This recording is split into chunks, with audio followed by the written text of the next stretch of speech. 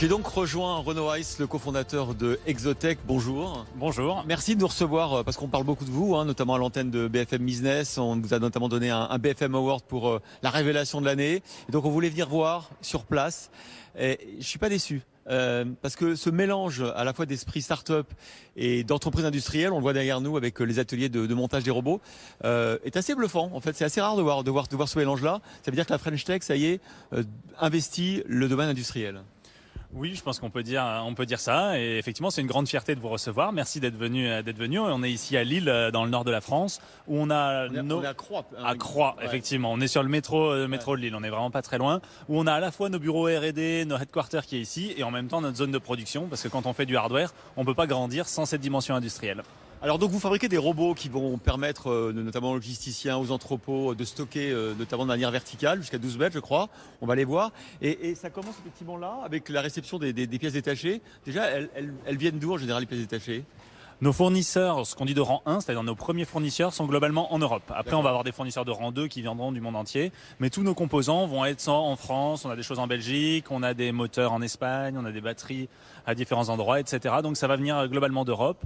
Pour faire un robot, c'est environ 1000 pièces qui vont arriver, 250 références. Et au total, ça va prendre environ 16 heures. Donc 16 heures sur les différentes étapes qu'on voit là tout autour de nous. La première, c'est le stockage des composants. Et donc on stocke les composants dans un système Skypod, dans notre propre système, puisqu'on a confiance. Et ensuite, on lance l'assemblage qui est juste derrière nous des différentes sous-parties. Une fois que toutes les sous-parties sont prêtes, on arrive ici pour l'assemblage complet, le test et l'expédition.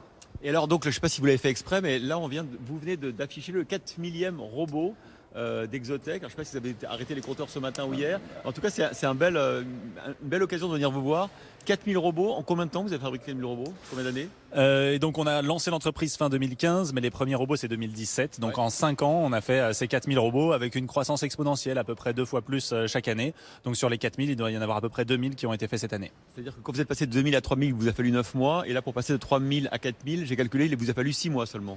Effectivement, ça varie assez fort. Alors ça varie au rythme bien sûr des projets de nos clients, mais ça varie aussi avec une croissance qui est forte, avec une traction notamment de plus en plus de projets au Japon, aux États-Unis et sur le reste de l'Europe. Alors juste un mot quand même sur l'esprit start-up d'Exotech, qui est quand même une industrie.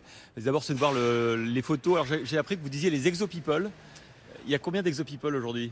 Effectivement, on a pas mal de vocabulaire interne et les exo-people en font partie. Actuellement, on est 600, donc on était 300 au début d'année. Donc il y a 300 personnes qui nous ont rejoints sur toutes les géographies, sur tous les postes, parce que c'est, on va dire, la beauté d'une entreprise industrielle, c'est qu'il n'y a pas un type de population. On a des gens en production, on a des gens en projet chez nos clients, on a des gens en vente, on a des gens en R&D, des gens en logiciel, etc. Donc c'est toutes ces populations qui ont grandi, je dirais, un petit peu en même temps. Et puis vous avez l'esprit potage, on voit que le hangar, là, enfin le panneau s'appelle R2D2 et qu'il y a un Mini robot juste là.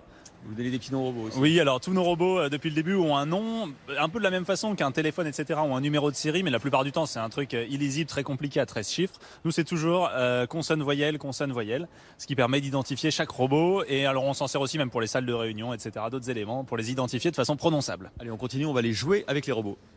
Renaud, quand je suis arrivé ici, je me suis dit, il déjouait au Lego ou au Mécano quand il était petit, parce que là, c'est grandeur nature. Non mais c'est une vraie question en fait. Vous jouiez ? Oui, oui, fan de tout ce qui pouvait se construire, tout ce qui pouvait se toucher. D'abord, on va dire sur la partie assemblage et assez rapidement sur le fait de rajouter du logiciel au-dessus, d'avoir des robots, c'est-à-dire une machine bien faite, mais une machine qui est capable en autonomie de faire des tâches, de faire des jeux au début, mais ensuite de faire des tâches en arrivant à mes premiers boulots. Voilà. Et là, on arrive là, c'est-à-dire c'est là où c'est le parc de test des robots Exotech, c'est ça ? Absolument, c'est la grande partie du business model, c'est d'avoir, on appelle ça easy to deploy en anglais, mais facile à déployer. Donc avoir des robots qui ont été testés ici, qui ont été validés ici, on les envoie faire 400 missions derrière nous, ils doivent faire 400 missions avec 0 erreur. Si c'est ça, ils sont mis en carton, ils sont prêts à être envoyés sur un site pour que sur un site, les opérations se passent très vite. Alors ce qui est absolument fascinant, on va voir ça dans un instant, c'est qu'ensuite les robots, vous les lâchez plus, vous les tracez tout au long de leur vie. On va aller dans la salle de contrôle. Alors Renaud Heiss, pour moi c'est une révélation en venant vous voir ici, c'est cette salle de contrôle où vos 4000 robots, vous allez les suivre tout au long de leur vie, c'est-à-dire que là chaque petit point lumineux c'est un de vos robots en action chez un de vos clients.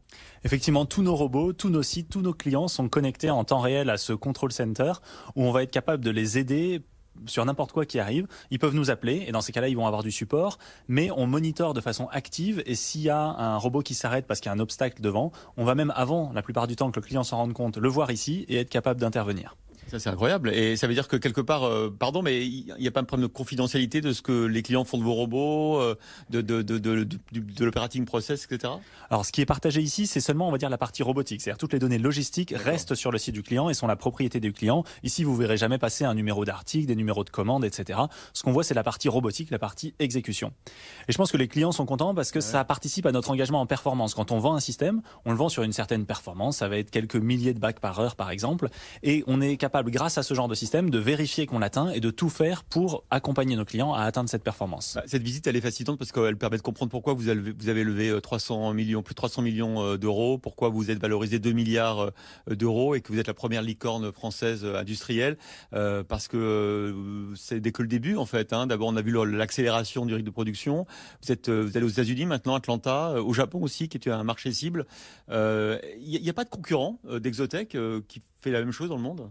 Alors qu'ils fassent la même chose, non. Il y a des entreprises plus traditionnelles qui vont faire des solutions en logistique, qui vont être basées sur des technologies plus anciennes. Donc ça va être du convoyeur, des ascenseurs. C'est des choses où quand on les agence, on est capable de faire de la productivité, mais ça va être des sortes de cathédrales d'acier assez figées. Ouais. Ce qu'on va apporter avec des robots, c'est la flexibilité. Un robot, on l'a vu, on est capable d'en rajouter, on est capable de les enlever, on est capable de les monitorer, on peut même les louer pour tenir des périodes de pic. Et ça, les anciennes technologies seraient pas du tout capables de les proposer.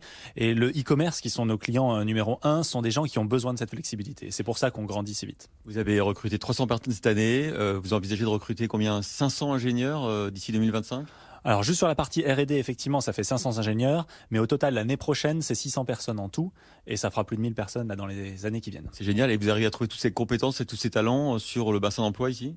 Alors, on se déploie à l'international, donc c'est pas que des personnes ici, mais oui, on arrive à recruter à Lille tous les métiers dont on a besoin. La R&D est située juste là-bas à ma droite, la production est ici, on a les équipes de maintenance, donc oui, on arrive à recruter.